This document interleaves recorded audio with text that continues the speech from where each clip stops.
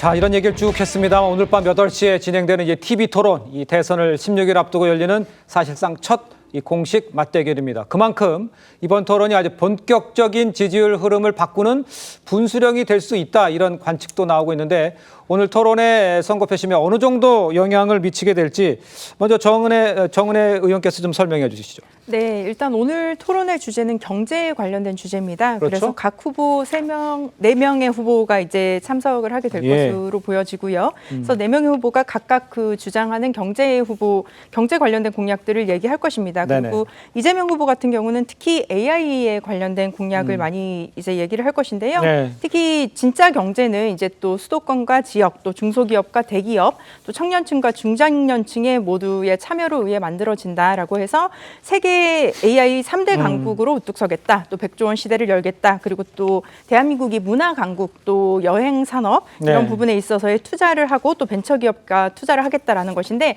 저는 오늘 좀 기대되는 부분이 있습니다. 어디입니까?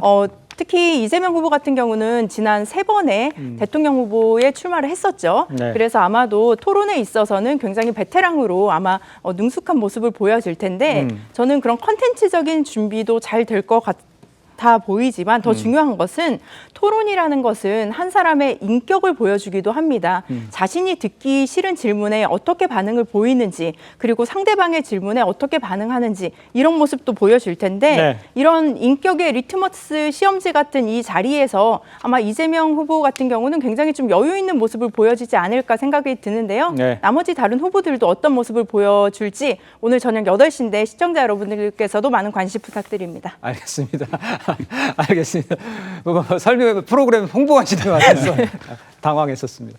자, 그런데 이제 후보별 예상 전략을 좀 짚어보면은요, 그래픽으로 아까 보여드렸습니다. 이재명 후보의 성장 회복 비전 강조, 김문수 후보는 기업 자율성 극대화, 또 이준석 후보는 포퓰리즘 지적, 또 권영국 후보 노동 불평등 완화를 강조할 것으로 지금 예상이 되는데, 지금 이 토론이 우리 송국권 평론가께서 보시기에는 단순히 이제 경제에 대해서 비전을 제시하고 이런 것뿐만 아니라 지금 문제되는 다른 문제들도 다 포함이 돼서 이제 아주 난타전이 될 수 있는 가능성은 높아 보이는 상황이죠. 그렇습니다. 일단 뭐 경제 부분도 이야기가 나오겠죠. 네. 이야기가 나오는데 주로 이 김문수 후보 같은 경우는 좀 어떤 대기업에 안 좋은 영향을 미치는 뭐 그런 법안들, 네네. 노랑풍토법이라든가 이런 것 민주당이 추진을 하고 있지 않습니까? 거기에 대한 뭐 반대 입장을 밝힐 가능성이 높고, 경제 주제라고 하지만 실제로 토론이 시작되면은 더 큰 그 아젠다로 다 넘어갈 수밖에 없어요. 예. 전체적인 아젠다로. 그렇게 되면은 이재명 후보는 뭐 당연히 지금까지 해왔던 것처럼 내란 종식 이야기를 하겠죠. 예. 김문수 후보조차도 내란 동조 세력 뭐 이렇게 이야기를 해서 그 공격을 할 텐데, 예. 김문수 후보 입장에서는 가장 지금 공격 포인트가 있어요. 뭐냐면은 조금 전에 잠깐 이야기가 나왔지만은 이재명 후보가 헌법 84조를 확대 해석을 하고 또 형사소송법을 바꿔가지고 네. 본인의 재판, 그러니까 피고인이 대통령이 되면은 재판이 중단되는 법안을 추진을 하고 있잖아요. 그런 법안들이 개인을 위한 위인설법 이야기가 상당히 많이 나옵니다. 선거법 개정 같은 것도 마찬가지고 그 부분은 이제 공격 포인트가 되겠죠.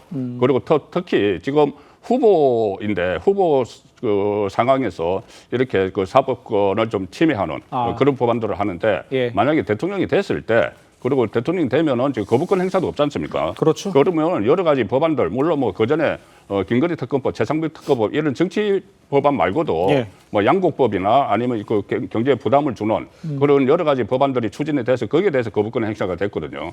그런 거부권 행사가 없으면은 국가 재정에 엄청난 부담을 주는 법안들도 다 처리될 수 있다. 예. 이런 부분에 대해서 상당히 그 공격 포인트를 가져갈 것 같습니다. 알겠습니다. 윤기찬 부위원장께서 보시기에는 이준석 후보 같은 경우도 토론을 잘하니까 여기서 어떤 계기를 마련하고자 하는 생각도 할 텐데, 전체적으로 이준석 후보는 어떤 식으로 대응을 할 거며 전체적인 구도는 어떤 식으로 될 거라고 예상할 수 있습니까? 이준석 후보는 이제 그 해당 각 양강 후보의 그 공약의 실현 가능성을 파고들겠죠. 그러니까 재정적인 측면, 그 실제 자금을 어떻게 마련할 것이며 예. 그것이 언제까지 할 것인가에 대해서 상당히 본인이 이공계 출신이라는 점을 강조하면서 예. 그 실현 가능성을 파고들 거예요. 왜냐하면 국민의힘 후보와 민주당 후보 두 분은 상당히 정책 기조가 다르거든요.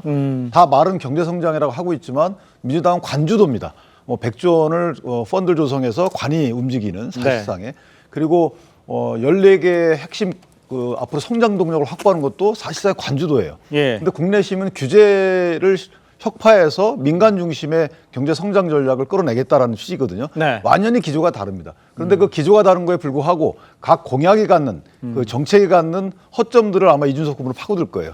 이게 실현 가능하냐, 언제까지냐. 그러니까 소위 말하면 자세한 부분을 파고들어서 후보들을 좀 곤란케 하는 예. 이런 전략을 취할 거라서 저는 각 후보들이 아마 그런 이준석 개혁신당 후보의 전략을 미리 알고 상당히 구체적인 수치나 내용들을 파악해서 들어가지 않을까 이렇게 생각합니다. 알겠습니다.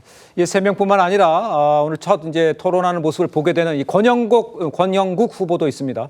성장 담론 자체를 이제 문제 삼고 나섰는데 지금 성장이 가능한가 이런 메시지를 낼 것으로 전망이 됩니다. 일단 처음 이제 유권자들이 보게 되는 권영국 후보 어떻게 생각하세요?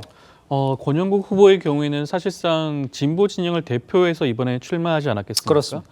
성장이 과연 이번 중요한 기조로 삼을 수 있는 문제냐 이런 부분을 아마 짚어낼 것으로 보여지고요. 네. 불평등 문제라든가 노동 문제에 대한 이슈를 지금 이번 대선 전국에서 주도적으로 내세울 가능성이 높아 보이지 않을까 싶습니다. 예. 여기에 대해서 아마 지금 주요 3명의 후보들은 어떠한 답을 할지가 좀 중요한 문제라고 할 수가 있겠고요. 네. 그리고 이재명 후보의 경우에는 성장과 회복이라는 경제적인 이슈를 가지고 있으면서 그런 노동 문제라든가 사회적 불평등에 대해서도 충분한 고민과 담론을 가지고 있기 때문에 여기에 예. 대해서도 충분히 대응할 수 있지 않을까라는 생각이 듭니다. 알겠습니다.